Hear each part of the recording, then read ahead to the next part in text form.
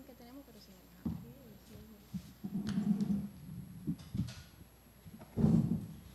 Bueno, bienvenidos nuevamente, con unos pequeños minutos de retraso.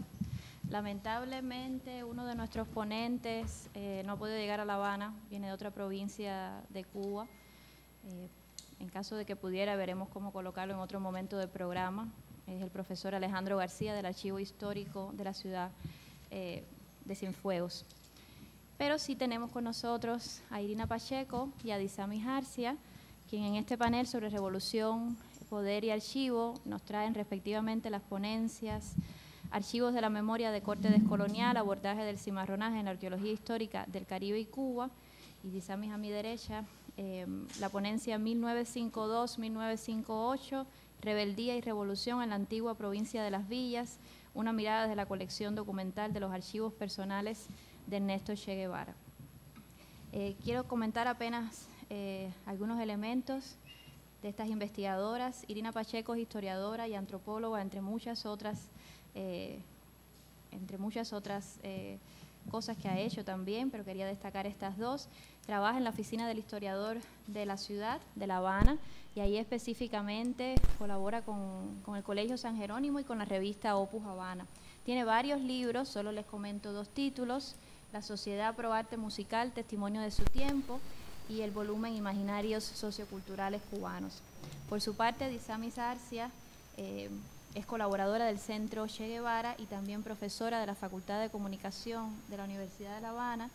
Hace parte del colectivo de autores del proyecto Colección Documental Vida y Obra de Ernesto Guevara, y como parte de este colectivo han publicado también un considerable número de libros. Cualquier otro detalle pues pueden conversar con las ponentes, pero quisiera darle paso entonces a los que nos proponen como tema en este primer panel de la tarde del lunes 19. Irina, comenzamos contigo. Bien, muchísimas gracias. Para mí siempre es un placer, un honor y un deber participar en los disímiles coloquios que hace la Casa de las Américas. En este es el primer espacio que participo, la primera vez que participo en este del Estudios del Caribe, y bueno, me sumé a la grata convocatoria y atinada propuesta que coordinada por el equipo de la profesora, la investigadora Camila, estamos acá todos y todas agrupados. Esta propuesta que yo les traigo, que tiene por título Archivos de la Memoria de Corte Descolonial, abordajes desde el cimarronaje en la arqueología histórica del Caribe y Cuba, es uno de los textos que yo vengo trabajando desde diferentes enfoques por un trabajo más ambicioso que estoy haciendo, que es un volumen sobre Afroindoamérica, relectura crítica, donde ahí yo abordo todo un grupo de escenarios desde los diferentes estudiosos que se han acercado de una manera u otra a los tratamientos de las africanidades y los indigenismos desde los múltiples Caribes. Entonces, este texto es parte también de ese capítulo, de uno de los capítulos que estoy escribiendo de ese volumen. En aras del tiempo, ya que cuando uno se pone a hablarse, a reflexionar, ¿no?, fuera del guión, pues caemos en divagaciones. Y entonces, en aras del tiempo, para poder concretarme a los 12, 15 minutos que tenemos, yo voy a leer momentos fundamentales del texto, porque bueno, lo más rico es después la polémica, las inquietudes y las preguntas que tengamos. Yo traje aquí un material muy sencillo, extremadamente didáctico, donde en la medida que yo voy explicando y leyendo estos momentos fundamentales, van a ver graficado, ya esquematizado, un esquema lógico, estos puntos. Yo quería en primer lugar destacar que aquí tenemos varios puntos en la ponencia. Primero, archivos de la memoria, corte descolonial, el tema del cimarronaje y cómo se ha visto en la arqueología histórica del Caribe y Cuba. Cuando hablamos de los archivos, en primer lugar, estamos hablando de una herramienta clave para la recuperación y resignificación de narrativas históricas desde una perspectiva que desafía las estructuras coloniales tradicionales. Aquí varios puntos esenciales de profundidad cuando nosotros nos acercamos a estos tratamientos desde el punto de vista teórico, metodológico.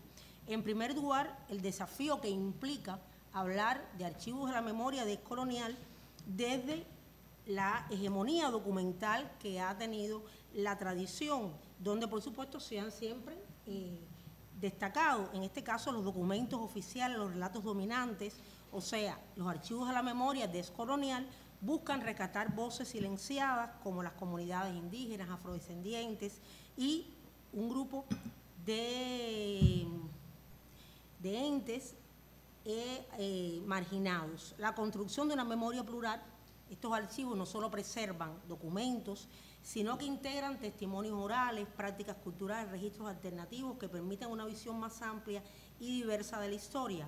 Los espacios de resistencia y reivindicación, o sea, donde esas comunidades pueden recuperar su historia, pueden fortalecer su identidad, y estos archivos desde la arqueología histórica. Yo soy historiadora y he hecho estudios de antropología, o sea, estos análisis desde la arqueología son desde los registros que yo estoy sistematizando de todas las voces, ¿no? Un grupo de estudiosos que se han acercado a estos temas a lo largo de la historia. Los archivos desde la arqueología histórica son fundamentales para reinterpretar el pasado desde una perspectiva que desafía esas narrativas coloniales, o sea, esa recuperación de esas voces y esa perspectiva crítica que nos da precisamente la arqueología. La presente investigación, además, tiene dos perspectivas que están intrínsecamente relacionadas, pero que también tienen sus espacios muy bien definidos. Me refiero que hoy por hoy, desde las ciencias sociales, donde también está imbricada la arqueología histórica, estamos hablando de enfoques multidisciplinarios e interdisciplinarios. La multidisciplinariedad se refiere a un enfoque donde varias disciplinas trabajan juntas, pero conservan sus procesos y métodos propios. O sea, desde una perspectiva epistémica, implica que cada campo aporta sus conceptos y teorías sin necesariamente integrarse de manera profunda. Desde una perspectiva interdisciplinar, ahí por eso tenemos este esquema donde están relacionados ahí, ¿no?, todos los campos del saber. Desde una perspectiva interdisciplinar implica una integración metodológica que para abordar un objeto de estudio común, aquí las fronteras disciplinarias se diluyen, permitiendo construir enfoques híbridos que generen un nuevo conocimiento. Entre sus características fundamentales está la integración, o sea, se produce un diálogo entre las diferentes disciplinas para construir un marco metodológico unificado, la producción del conocimiento desde el punto de vista del análisis de la síntesis, con aportes que no solamente se suman, sino que hay una transformación mutua, y la innovación metodológica, o sea, se desarrollan nuevos métodos que no pertenecen exclusivamente a una sola disciplina, sino que emergen de la interacción. Por eso nosotros estamos hablando de una propuesta que integra el enfoque histórico como marco clave a la hora de tengo que contextualizar y tengo que tener precisamente estos textos y estas producciones precisamente en la relación con los textos, con esos contextos. El análisis histórico, repito, el literario, el sociológico, el antropológico, o sea, es una perspectiva que configura las identidades socioculturales en todo su sentido más amplio. Los Caribes, como bien todas y todos sabemos, son un espacio plural y mestizo con múltiples contextos que mezclan experiencias coloniales, diásporas africanas, resistencias indígenas y encuentros culturales. Por eso el marco analítico a la hora de trabajar la interdisciplinariedad genera precisamente estas conexiones a la hora de nosotros hacer estos abordajes. En ellos tenemos los espacios de ese Caribe insular, como las islas como Cuba, Haití, Santo Domingo, Puerto Rico, Jamaica, Martinica, Curazao, el Caribe continental, que va a abarcar precisamente Colombia, Venezuela, Nicaragua, Honduras, Belice, el Caribe francófano, liderado por lugares como Martinica, Guadalupe, el Caribe anglófano, representado por Jamaica, Trinidad, Barbados, el holandés, con islas como Curazao, Aruba, Bonaire, el portugués, representado a través de Brasil, que aunque no estrictamente es parte del Caribe geográfico, comparte esas luchas, esas resiliencias, esas resistencias en un Caribe más ampliado, y en esta clasificación también incluyo México, dentro de ese Caribe ampliado que ocupa en las discusiones de los diferentes Caribes, aunque no es geográficamente una nación insular ni completamente caribeña, su historia y su cultura tienen profundas conexiones entre el Caribe continental y el Atlántico afroindígena. De su conexión histórica, nosotros vamos a ver precisamente cómo las diferentes rutas marítimas entre África, el Caribe y Europa, precisamente también pueden incluir a México como parte de ese Caribe Atlántico ampliado. Uno de los puntos fundamentales que yo trabajo entonces en la conferencia, en la ponencia, es precisamente la arqueología desde los debates epistemológicos en el Caribe y Cuba. Es decir, nosotros estamos hablando de posicionamientos que se dan desde los contrapunteos, desde los diferentes especialistas, no solamente en el área arqueológica, sino desde las otras disciplinas del saber. La arqueología, en este caso, cubana, Lourdes Domínguez, en temas arqueológicos, la arqueóloga cubana, disculpen, Lourdes Domínguez, en temas arqueológicos de Cuba y el Caribe, destacó que, y cito, la arqueología histórica o arqueología de la etapa colonial, incrementada ampliamente en América en las últimas décadas, nos permite ordenar metodológicamente el estudio de los sitios. Mucha es la discusión teórica sobre esta disciplina, por el gran auge que ha tomado y por sus estrechas relaciones entre la metódica pura y la historia. Nosotros aquí vamos a tener el recorrido incluso de los momentos en que hubo separaciones precisamente entre la historia y la arqueología, y a los vasos comunicantes que, sobre todo después de la década de 80, que se profundizaron en los 90, de estos estudios ya buscando una integración. El surgimiento de la arqueología histórica en sus inicios estuvo vinculado al estudio de las élites en las sociedades coloniales. Pautas también que se siguieron en Cuba hasta finales de la década del 1960 aproximadamente. O sea, que vemos que con la Revolución Cubana hay un impulso modificador de estos estudios, una revitalización de colocar estos estudios. O sea, hay un interés por colocar sobre todo a los espacios de las voces que estuvieron silenciadas. Esta postura se vislumbra en la conceptualización misma de la arqueología histórica o colonial en los primeros años de su surgimiento en el país, cuando se define por primera vez el marco temporal y el contenido que abarcaría la disciplina. Aquí yo tengo recorrido a partir de la creación del Departamento de Antropología de la Academia de Ciencias en el año 61, especialmente la sección de Arqueología Colonial, que nace 3 años después con Rodolfo Payarés. Es decir, hay todo un grupo de estudiosos, de arqueólogos que comienzan a interesarse por las ruinas de los ingenios y cafetales, así como por los espacios utilizados por los esclavizados que ya pasaron a una concepción del cimarronaje. Desde esta se hicieron investigaciones muy importantes en varias plantaciones, sobre todo en el occidente del país, y hay un elemento muy importante, y es que en estos vasos comunicantes no solamente se estudiaron las propuestas y los sitios arqueológicos de los negros y negras esclavizadas, sino también los sitios de los aborígenes. Cuando trabajamos esta perspectiva, nosotros tenemos que ver que se cimarronaron ambos, ¿ya? Incluso los aborígenes o otras comunidades, los indígenas, fueron los primeros que enseñaron precisamente a las negras y negras esclavizadas a poder llevar a cabo este proceso de huida, este proceso de búsqueda de su libertad. El factor predominante, según destaca aquí y cita la doctora Lourdes Domínguez, en la arqueología actual no es un problema de fuentes en sí, sino el carácter y método para lograr una buena interpretación histórica y sociológica. Y yo aquí imbricaría todas las demás especialidades que están en este proceso. Es decir, el arqueólogo tiene que valerse de fuentes tales como etnográfica, histórica, ayudado de datos climáticos, ecológicos, faunísticos, botánicos, entre otros. Los primeros cimarrones y los iniciales palenques no fueron, incluso destaquemos siempre, de negras y negros, sino de indios, y ahí tenemos toda la obra de Ortiz, toda la obra de José Luciano Franco, que nos va dando, de Juan Arrón, que nos va dando todos los elementos clave a la hora de nosotros trabajar estos procesos. Otro momento que yo destaco en la ponencia son los itinerarios del cimarronaje en la arqueología histórica del Caribe y de Cuba. Desde ese espacio múltiple, los palenques, como fueron los cabildos denominados de nación, clasificados por Ortiz como islotes de africanidad. Es decir, no solo fueron refugio para los esclavos y las esclavizadas cimarronas, sino que constituyeron verdaderas comunidades pluriétnicas. Aquí nosotros tenemos precisamente todas las diferentes naciones que van a estar representadas.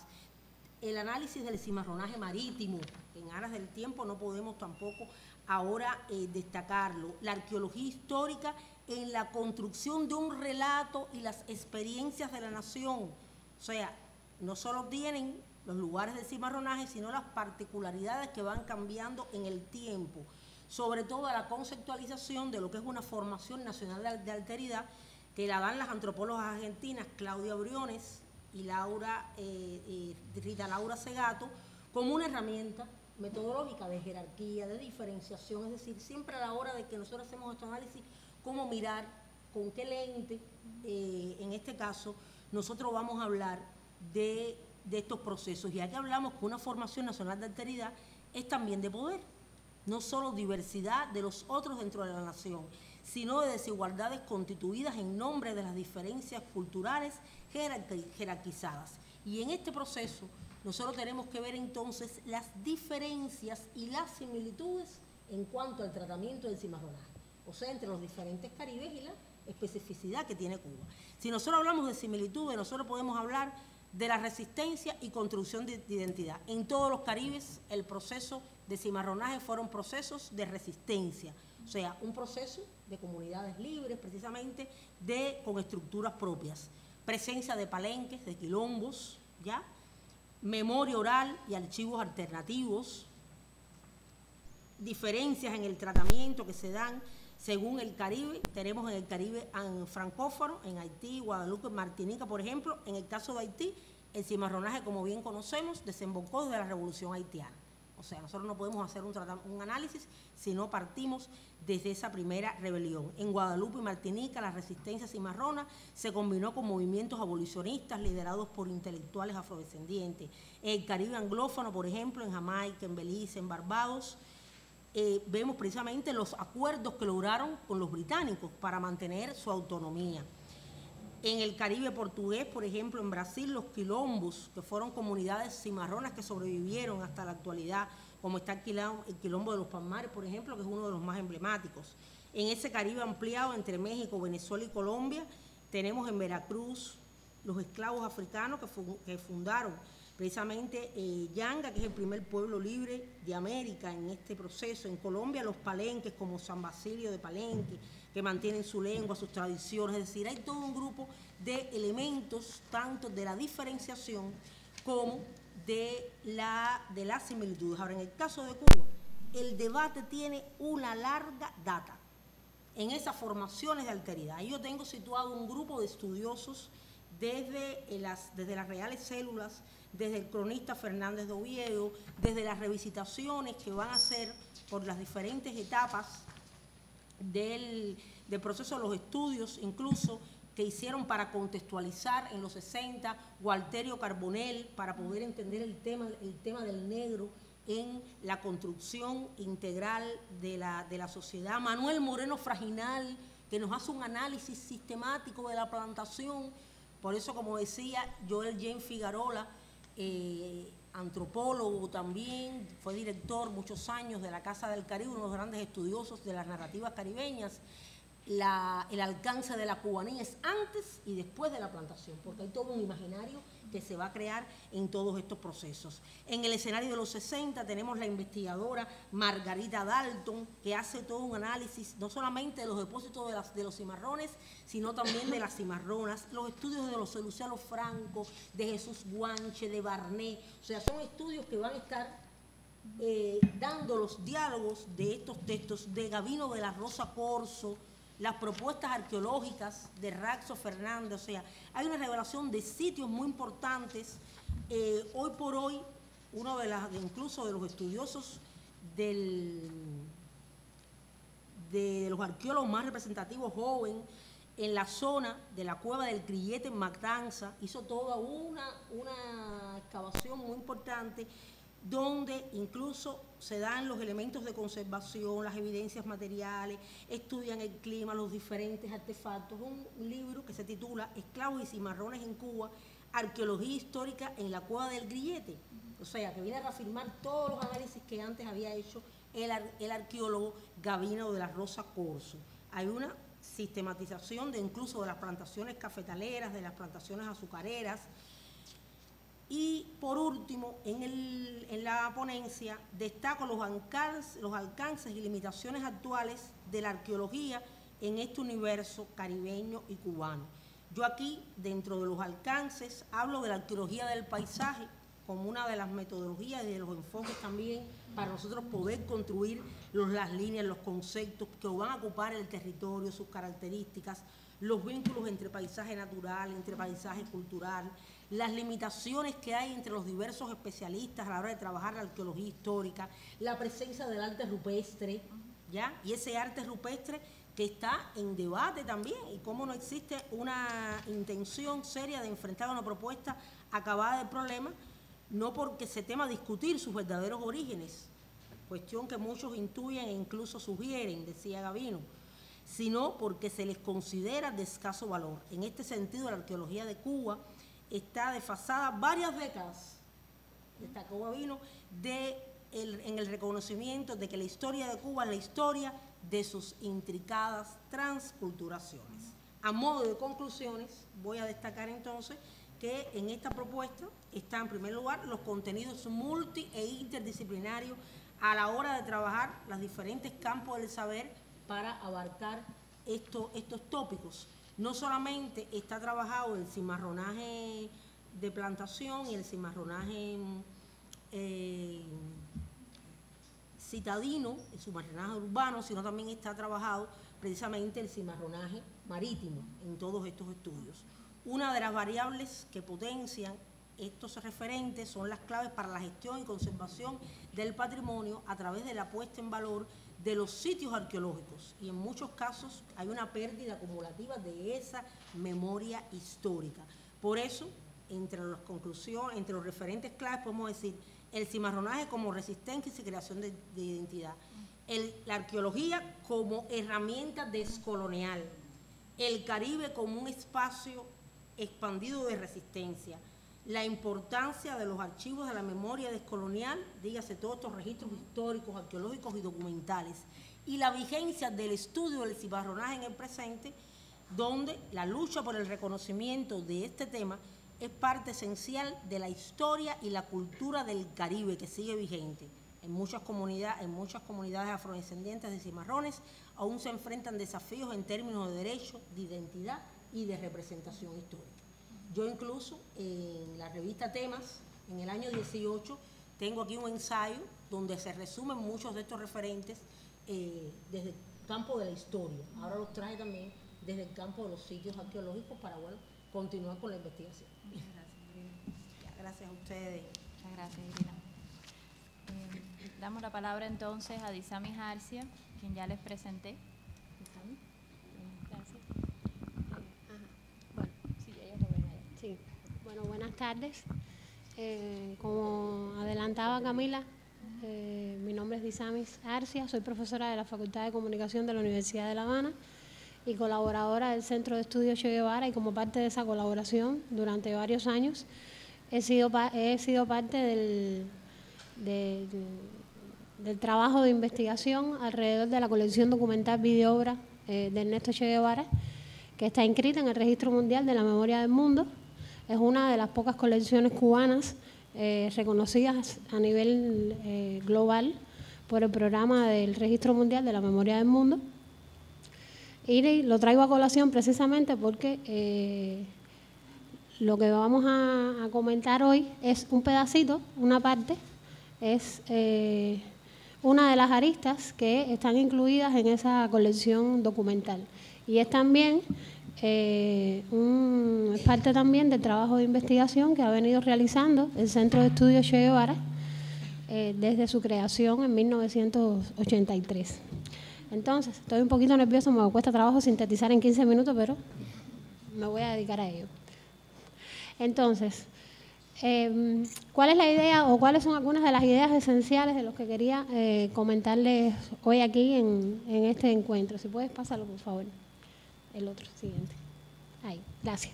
Primero, que como ya les dije, esto que les voy a comentar es resultado del trabajo acumulado por el Centro de Estudios Che Guevara, que tiene como núcleo central los archivos personales, los documentos en diferentes formatos y tipologías acumulados por el Che Guevara durante su experiencia vital, y en particular de estos que vamos a conversar hoy, son aquellos que él guardó, atesoró y generó durante el periodo de la lucha insurreccionaria en Cuba, como parte de su participación como uno de los miembros del liderazgo de la Revolución Cubana en ese momento.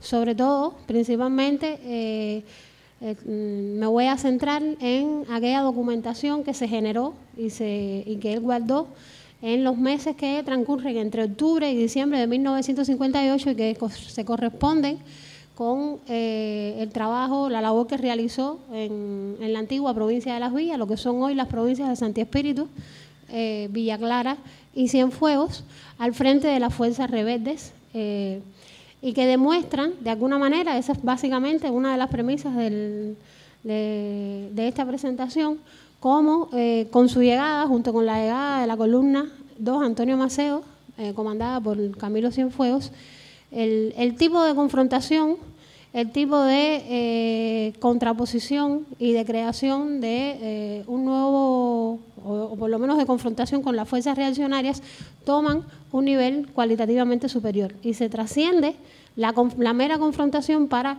comenzar a concretar y a realizar en varias zonas de esas actuales provincias, un nuevo poder revolucionario. Eso es una de las premisas. La otra premisa es que esto que vamos a comentar hoy es un resultado muy preliminar, que es parte de un proyecto mucho más ambicioso, de un proyecto de investigación que es fruto de la colaboración entre la Facultad de Comunicación y el Centro de Estudios Che Guevara, que trata de articular la aplicación de técnicas habitualmente vinculadas con las humanidades digitales a la investigación histórica, con todas las implicaciones que esto conlleva, que no se comprometen solo con la digitalización y la conservación digital de la documentación, sino también con el análisis, visualización, comunicación y garantizar, de alguna manera, promover y motivar el acceso lo más abierto posible a todas estas fuentes documentales. Es decir, no se trata solo de digitalizar para conservar y para proteger, sino de digitalizar para conectar, para producir nuevos datos humanísticos, para enriquecer las interpretaciones y también para ponerlas lo más accesible posible desde las infraestructuras digitales. Por tanto, esto que van a ver hoy es una cosa muy, muy iniciática. Lo otro que también es una premisa de esta investigación es que en ese proceso de análisis de las fuentes y de interconexión de las fuentes, mantiene en la interpretación de ellas los vínculos constantes entre la nación y la región a la hora de interpretar, de organizar y de visualizar esta información histórica. ¿Qué pasa?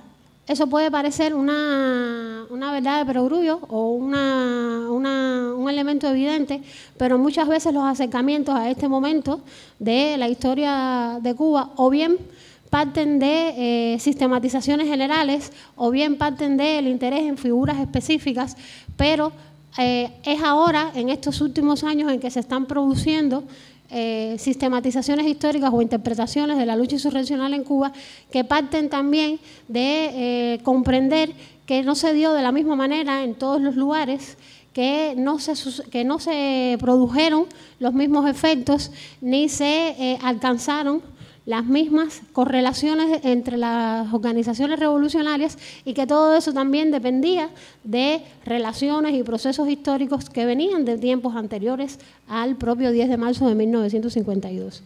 Y lo otro, que es otra premisa también de la investigación, es que comprende ese proceso y ese periodo de la historia de Cuba como un relato colectivo que trasciende al protagonista o que trasciende al líder más conocido por el que, por lo general, se surge el interés. En el tema de Che Guevara, eso ha sido siempre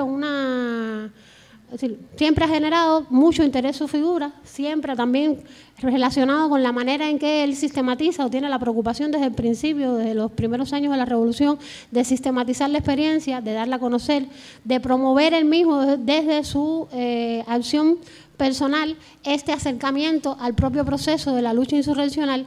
También trajo como consecuencia que se personalizara mucho en la figura de Che Guevara ese acercamiento al proceso de confrontación de las fuerzas revolucionarias a la tiranía batistiana.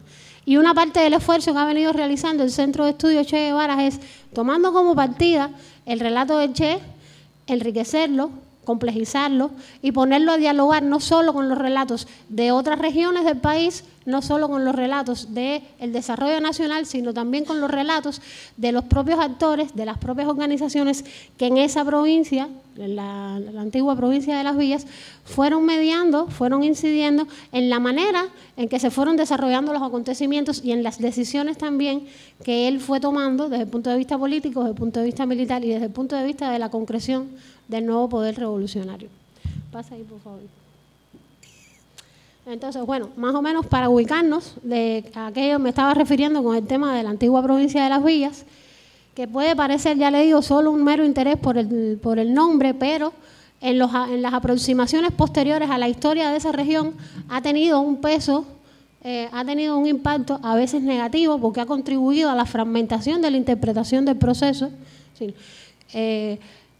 Más o menos no, a partir del año 76, con la distribución económica, política, administrativa que se dio en el país, no solo se redistribuyeron funciones políticas y administrativas, sino también que se redistribuyeron muchos de los fondos históricos que se conservaban en esa antigua provincia de Las Villas.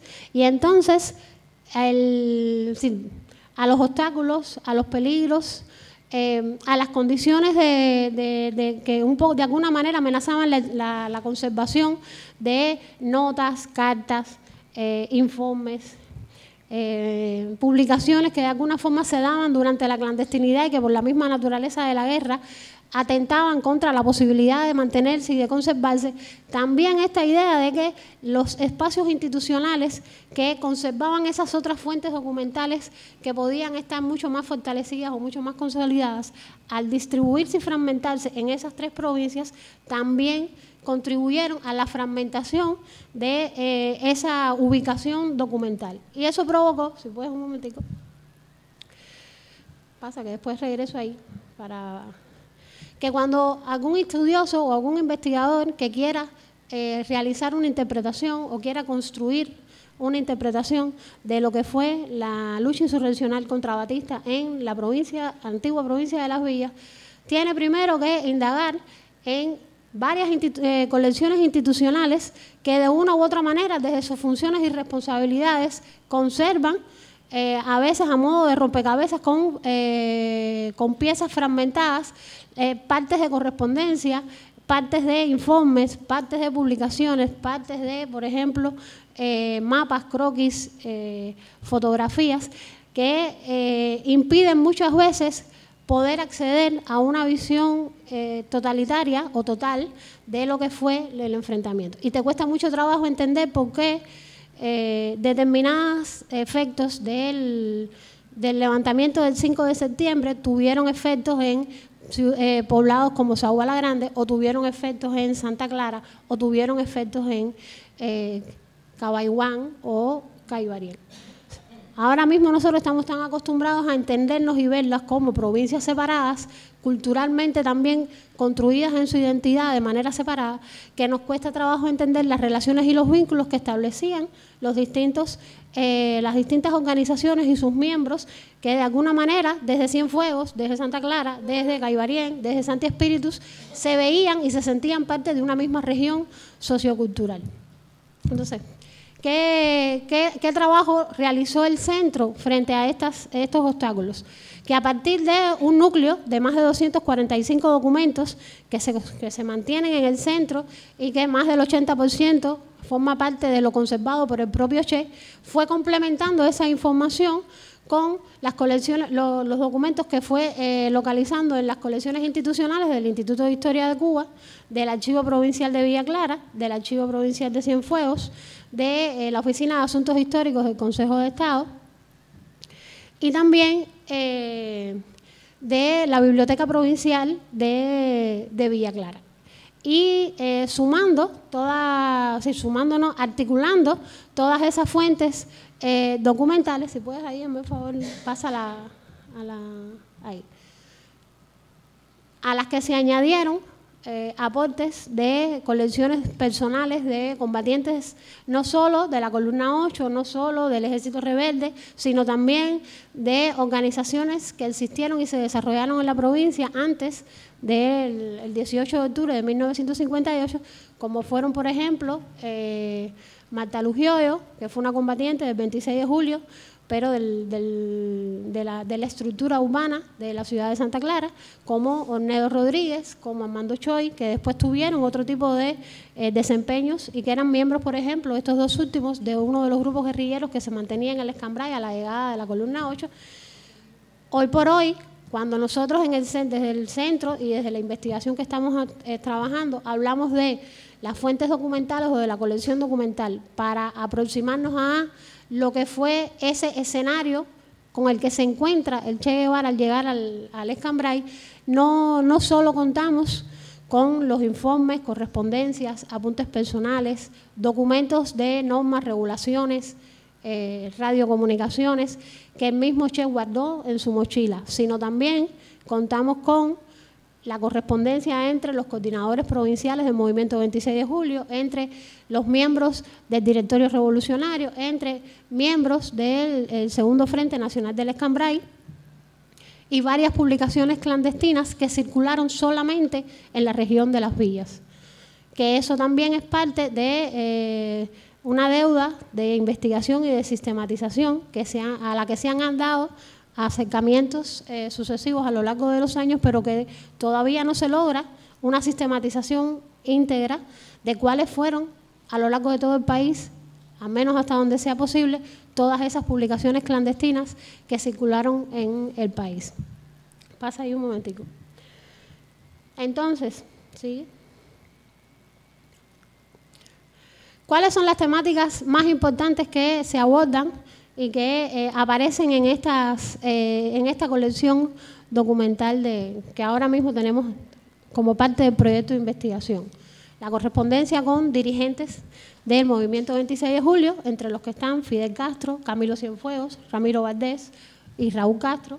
Las relaciones con la Dirección Provincial del Movimiento 26 de Julio en Las Villas, entre las que están, sobre todo, Enrique Ortuzqui, en ese momento el coordinador provincial del movimiento, pero también está, por ejemplo, Víctor Paneque, que era el jefe de acción provincial en ese momento, y además la correspondencia con otros miembros de la columna que tenían responsabilidades específicas dentro del territorio liberado, como es el caso de Sidro Ramos, que era el responsable del trabajo de propaganda y el responsable de que se produjeran en menos de 2 meses de la llegada de la columna 2 publicaciones que son prácticamente desconocidas. Una es El Miliciano y otra es otra publicación que se llama Patria y de que solo circularon 2 números, pero que tiene o que trasciende tiene como punto relevante que es la primera vez en la que él publica un artículo, el Che Guevara publica un artículo que se llama Lo que aprendimos y lo que enseñamos, a menos de un año de iniciada la lucha insurreccional, y donde ya ahí empieza a ser un adelanto de sistematización de lo que había significado la guerra para los revolucionarios que habían venido en el Yate Granma y para las poblaciones con las que ellos se habían ido encontrando. Entonces, sigue por favor, también, y ya estoy casi terminando, otros de los documentos que se han podido salvar y con las que se van a poder interactuar los usuarios del resultado final de esta investigación tiene que ver con los cuerpos textuales, los corpus de documentos históricos que marcan y que muestran precisamente o demuestran cómo no solo se trataba de enfrentar a Batista, no solo se trataba de ganar militarmente posiciones, sino también de empezar a establecer nuevas reglas del juego, de marcar regulaciones, de definir reglamentos, de establecer normas de cobro de impuestos, de establecer normas de procesos de alfabetización, de redistribución de la tierra, de aplicación de la reforma agraria en menos de 3 meses en el que duró la presencia de las columnas invasoras en esta zona de las villas, que casi, como ya les decía al principio, llegan en octubre del 58 y ya a finales de diciembre, en los primeros días de enero del 59, se trasladaban a La Habana después de haber alcanzado el triunfo de las fuerzas militares sobre las fuerzas de Batista que estaban en aquella región del país. Más o menos por ahí termino. ¿Cumplí más o menos con el tiempo? ¿Sí? Bien. Esto, como ven, sobre todo la intención es presentar la colección documental, mostrar que existe, que Che Guevara no escribió solamente de sus apuntes del diario, que lo que aparece escrito en los pasajes de la guerra revolucionaria no es solo el resultado de un esfuerzo testimonial, sino también es el ejercicio metódico y hasta cierto punto científico de sistematizar una experiencia contando con la mayor cantidad posible de fuentes y que no solo se quedó en el esfuerzo de los pasajes de la guerra revolucionaria, sino que las mantuvo, las conservó y las definió como algo importante dentro de su espacio personal en el Centro de Estudios Che Guevara. Eso más o menos. Con eso termino. ¿Cuántos años hace que está creado el Centro Che Guevara? 1983. O sea, que la cuenta, 1983. No sé. 42 años. 42 años. Tú hablabas de que hay documentos que no han tenido la difusión. A ver, los documentos del Che Guevara sí han tenido difusión. Sí, pero hablaste de algo que no ha tenido. Sí, claro. ¿Cuántos archivos hay en este país cuyos documentos y colecciones documentales no han tenido difusión? Eso es parte del proceso. Eso es parte del esfuerzo que se está realizando en el centro precisamente para propiciar y motivar el acceso a toda esta fuente documental, pero no solo el acceso a la fuente en sí, sino a la fuente interconectada con el contexto, con otros documentos, con los actores de ese momento y con la contextualización desde el punto de vista cronológico, geográfico, sociológico de esa documentación con la que se cuenta. Muchas gracias. Yo creo, Disamis, Irina, que ambas han presentado, tenemos tiempo para, no quiero ser el terror de los minutos de las presentaciones, pero es precisamente para que haya espacio para debate. Pero que les agradezco mucho sus presentaciones en este panel sobre Revolución, Poder y Archivo, porque como nos estamos dando cuenta aquí, uno se enfrenta ante una galaxia de elementos documentales, de gradaciones diversas y también se enfrenta ante mucho silencio. Empezar a hilar esas relaciones, que es la labor de interpretación, que siempre está situada, que siempre tiene un propósito, que tiene un contexto, que les muestra, que es lo que ellas han presentado desde sus acercamientos, que las realidades son siempre mucho más complejas, las realidades del pasado y del presente son mucho más complejas de lo que pensamos, que las rebeldías son mucho más complejas, menos lineares de lo que a veces es más cómodo transmitir, que los relatos de la nación también siempre están sujetos a reconstrucción, siempre están sujetos a reflexión y que es necesario, sobre todo desde el espacio en que nos estamos situando para hacer estas reflexiones, y esto lo tomo de otro filósofo cubano, es necesario indisciplinar, intervenir las disciplinas. Lo pensaba cuando hablaba Irina también. Y me gusta que además se han percatado, ambos aquí estamos escuchando proyectos de trabajo. Esto no es una conclusión, no es un cierre. Irina por una parte va a continuar, esto es parte de un libro que esperemos que pueda con todas las estrellas terminar pronto, y Disami es un parte de un proyecto de trabajo colectivo que además quisiera que nos contaras, espero no haberte cortado yo, cuando decías esto va a terminar y yo me quedaba pensando, dijiste humanidades digitales, es una, no sé, ¿cómo se va a interactuar con ese material y toda la complejidad que tú estás esperando? Bueno, esto es parte de un proyecto de investigación que es colectivo, que es colaborativo además, y que tiene una de sus salidas inmediatas o las más cercanas es una infraestructura de humanidades digitales que va a articular todas estas fuentes documentales, que va a permitir el análisis y la visualización de relaciones políticas, militares, administrativas, la georreferenciación y también la organización cronológica, así, desde una infraestructura digital que puede ser varios sitios web, que puede ser un repositorio, una base de datos, un mapa interactivo y una cronología, un timeline, como se le conoce, todas interconectadas. El usuario, desde cualquier lugar desde el que se conecte, puede acceder a los corpus de la documentación y puede entonces también establecer intereses, o podrá establecer intereses para definir, por ejemplo, en qué momento, de qué año, con cuáles a partir de la colección documental existente, con qué personas interactuó más el Che, o con qué personas cuáles eran los núcleos de mayor punto de interacción en la provincia de Las Villas, que es el espacio que estamos tomando como caso de estudio para realizar esta infraestructura de humanidades digitales. Había una pregunta en Sí. sala, sí, Eri.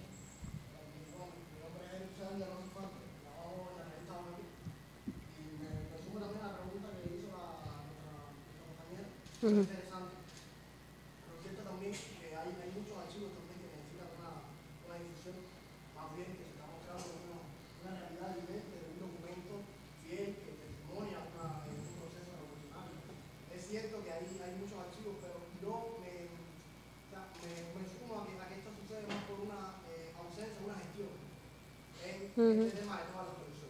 Yo puedo ser un vivo ejemplo de este tema, porque precisamente en la revista Bueno me encuentro realizando un estudio, una contribución a la puesta en valor de esta producción.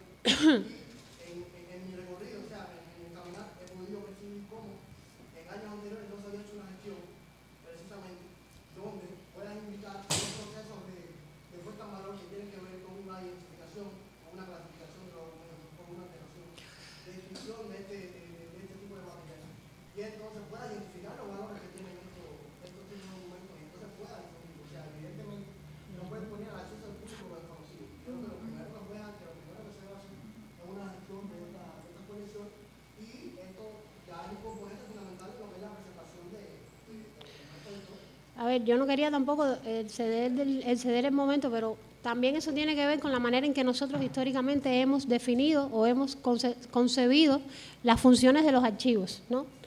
Aquí en Cuba, con una brecha de tiempo, sobre todo, y con una brecha en las capacidades, nosotros nos estamos sumergiendo ahora con más intensidad en un tránsito del paradigma custodial, en donde los archivos tenían como principal función la custodia y protección del patrimonio documental, y donde el acceso era mucho más restringido de manera general, que eran también tendencias internacionales. Y aquí en Cuba nosotros ahora, en medio del auge de las tecnologías digitales, en medio del auge de la hiperconexión, el impacto que están teniendo las narrativas digitales, en la cultura participativa de los usuarios y en la manera en que nosotros mismos esperamos interactuar con la historia e interactuar con el pasado, Cuba entonces está transitando también al paradigma postcustodial, en donde ya lo importante no es solo proteger y conservar el patrimonio, sino facilitar el acceso de los usuarios en general a ese patrimonio. Todo lo estamos haciendo a la vez, porque también estamos llegando tarde a ese proceso.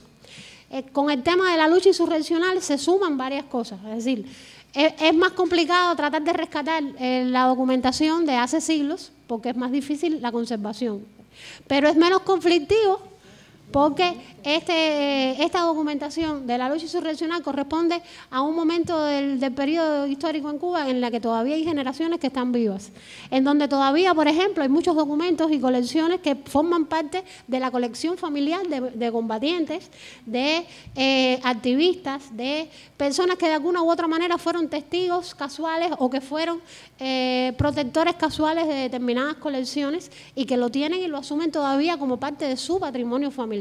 Eso es un problema, porque es decir, es un problema en el sentido de que si tú no sabes lo que existe, no lo puedes conectar, como sucedía también con esta colección de Ernesto Che Guevara, que todo el mundo sabía de alguna u otra manera que los pasajes de la guerra se habían escrito a partir de algo, Después se publicó el Diario de la Guerra y efectivamente había un diario sobre el que él se había basado para escribir esos pasajes de la guerra.